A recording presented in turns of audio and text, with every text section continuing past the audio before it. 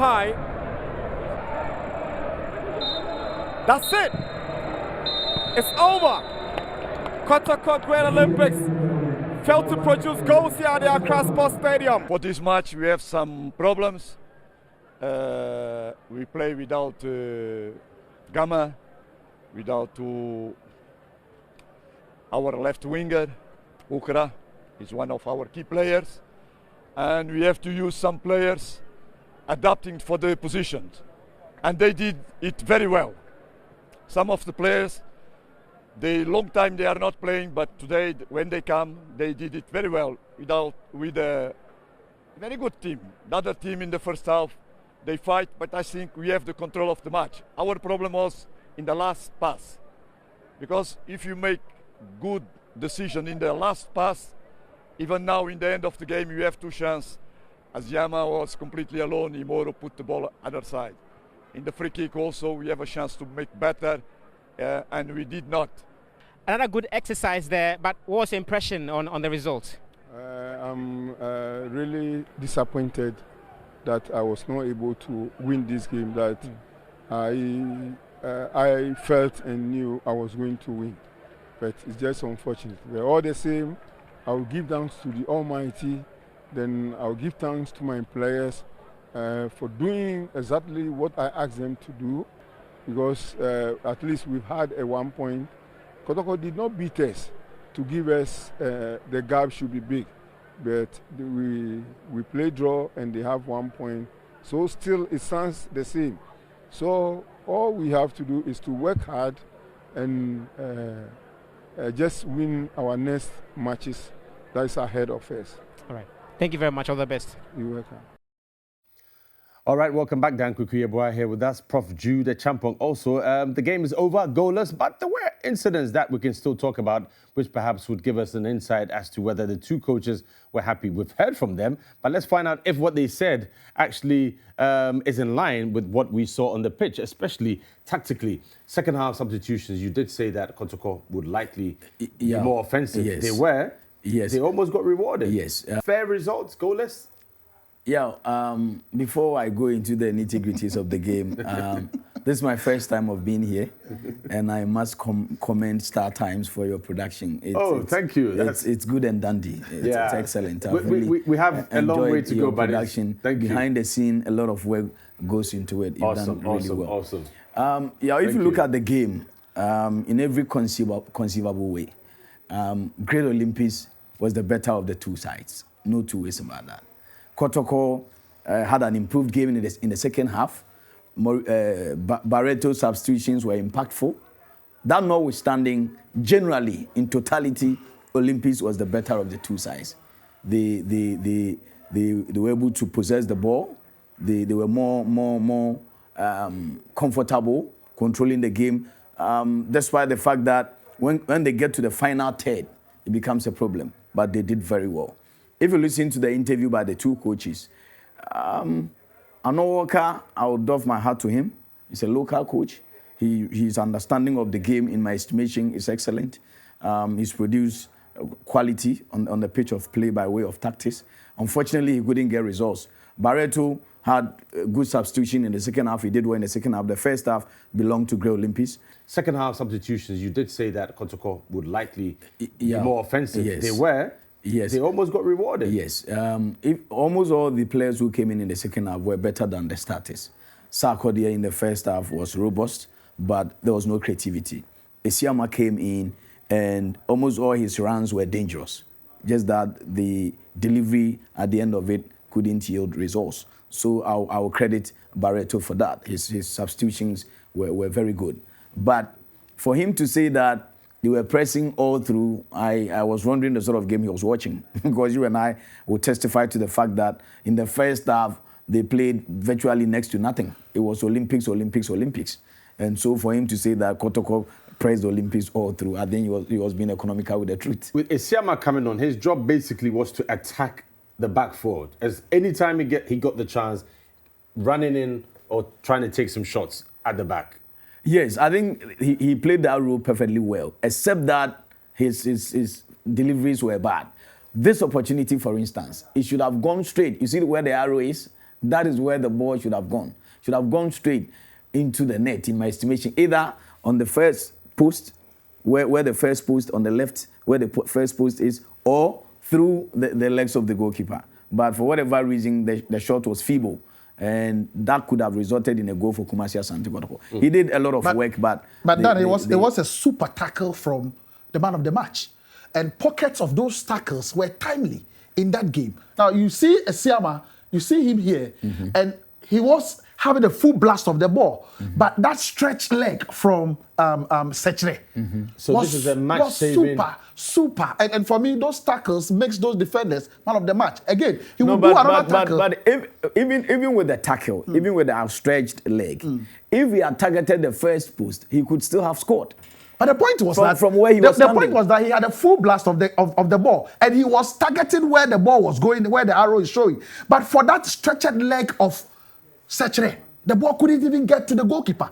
You will see when the player is in a certain motion. Where the arrow is pointing to is in between the legs of the goalkeeper. That's right. What I'm saying is that he could still have used the first post. I'm saying that it was too close that from where the goalkeeper is standing and between him and the post, he was aiming for that corner. Okay? And the arrow was showing in between the legs. But I'm saying that before the ball could even get closer to the goalkeeper, Sechere Ebenezer had blocked that ball. And so that was an astonishing defending. Well, Sechere did well. He would do a similar tackle with regards to Jemfi. You will see when we go into that motion, when they should release that strike. You see, so even before the ball could get to the goalkeeper, he had made sure there was no danger. And again, you see Acheampong with that brilliant touch, and then he will go for power.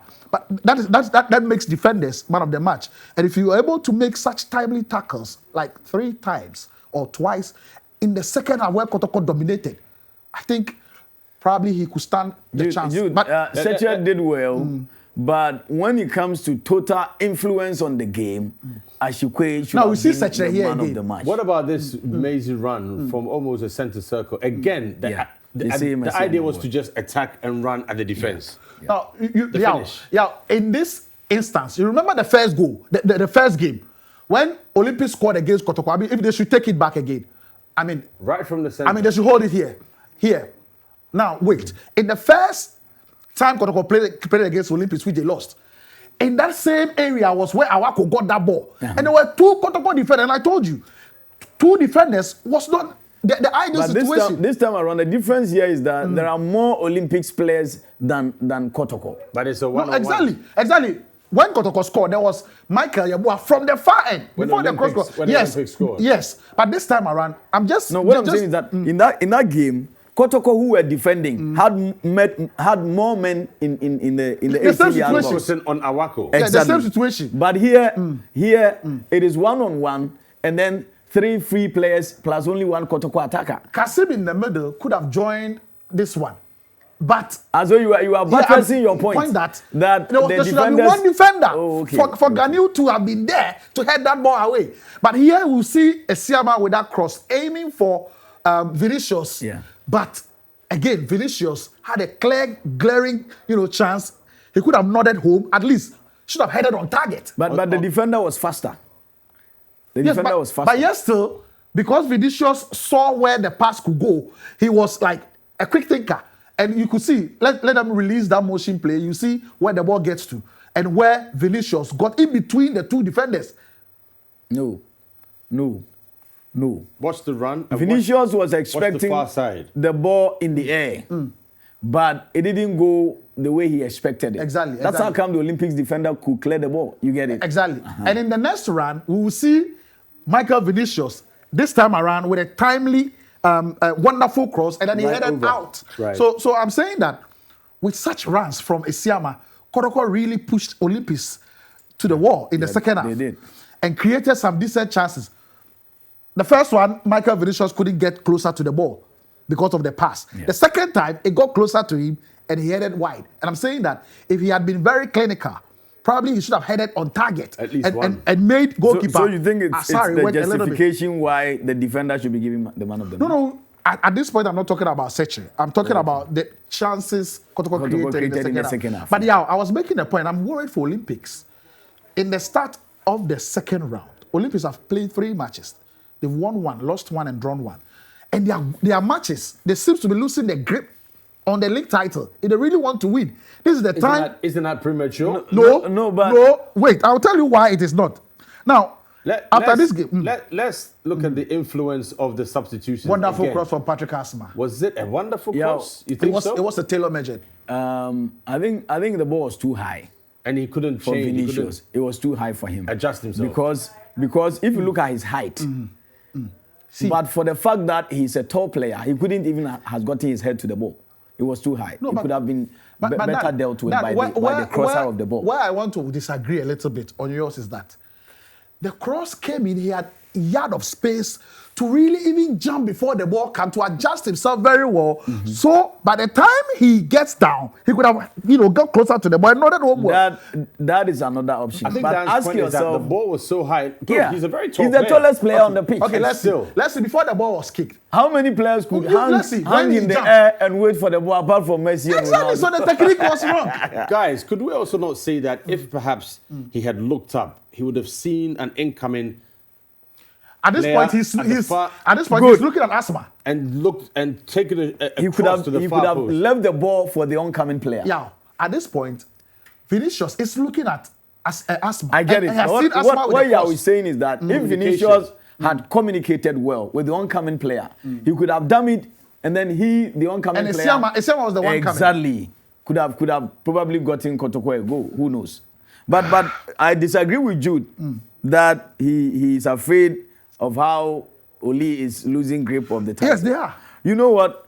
I sitting here, I never expected Olympics to put up this performance this season. A lot of people. And in the past 20 years, this is the second time that Olympics has picked 4 points from Kotoko in a season. In the past 20 years. And that's the last time was in 2017. That's better. They defeated Kotoko 2-0 in the first leg and then drew with them 1-1 in the second leg. Yes, and since then, if you do all this work, you get it. And you come back it's not been a bad season at all. No, Dan, we are not saying they're having. I'm saying they're having the lose against on the grips of the league title. They say they want to win. They want to go to Africa. But isn't it premature? It's just 3 matches into the second round. Yeah, you've not seen the dynamics on the league table. Now look at this.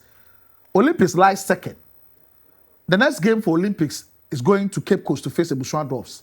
Now, Midiama are lying fourth with 30 points. I'm coming. Invincible at home. No, I'm coming. No, with how the games are progressing, it's difficult taking away points when you go traveling away. Haven't we seen in this very league teams going to the top and in 2 matches they're position 4? That's why I'm worried because 5. in 3 matches you would expect Olympics to stay grounded.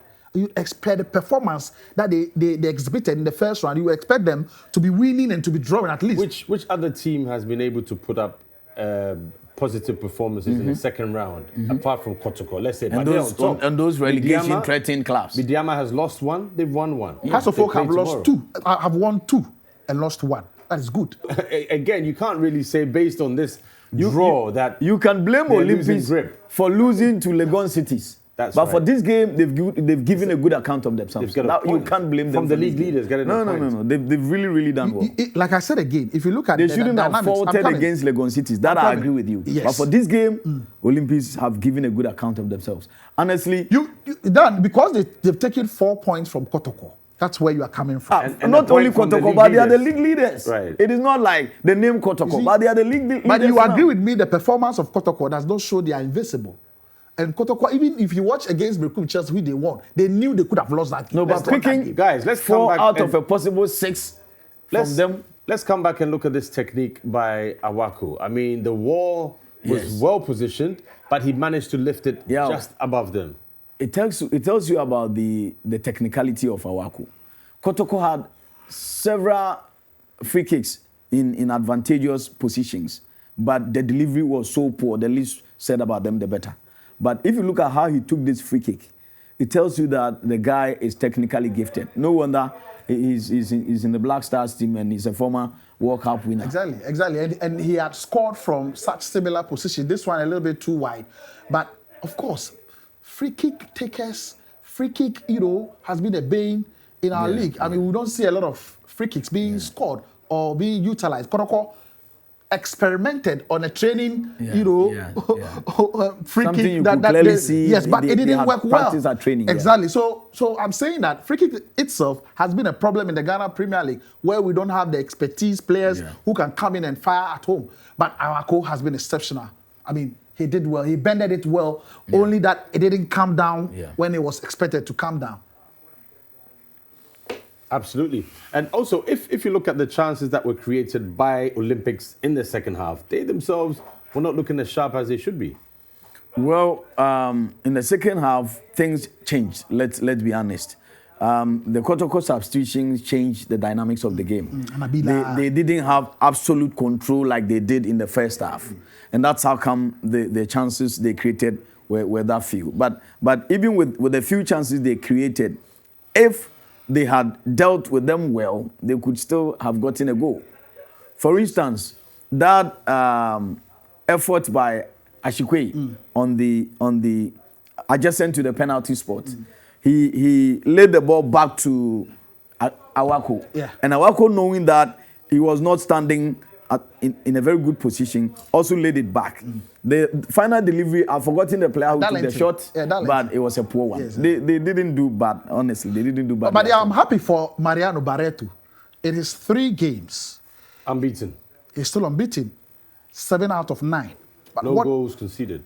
What I love, he has conceded 1 goal, but what I love about him is the way he has molded the Kotoko team, even without their most influential players, they still look solid. And how he always changed the dynamics in the second half. You see, it takes a good coach to read how your boys are playing and come back and make them a different side. And he does make those spot-on substitutions. And for me, that's a good coach. He is trying to implement, he is trying to strategize, and he is bringing how he wants them to play on board. And for me, Kotoko will get better as the season goes. You heard him in a post-match interview when he said, this is a marathon, and my team will get better. He missed Augustine Ankrah, he missed Fabio Gama, and he missed quite some number of players. And I'm sure with Emmanuel Keyeke, Adon Frepom, all getting back to training, I'm sure Kotoko will get better. And for me, I'm happy for Mariano Barreto. Let's pause on that because we'll come back and look at how the results would influence not just the table, but going forward, the next few matches for Kotoko, as well as Olympics and their chase for the title. Let's go for a quick break when we come back.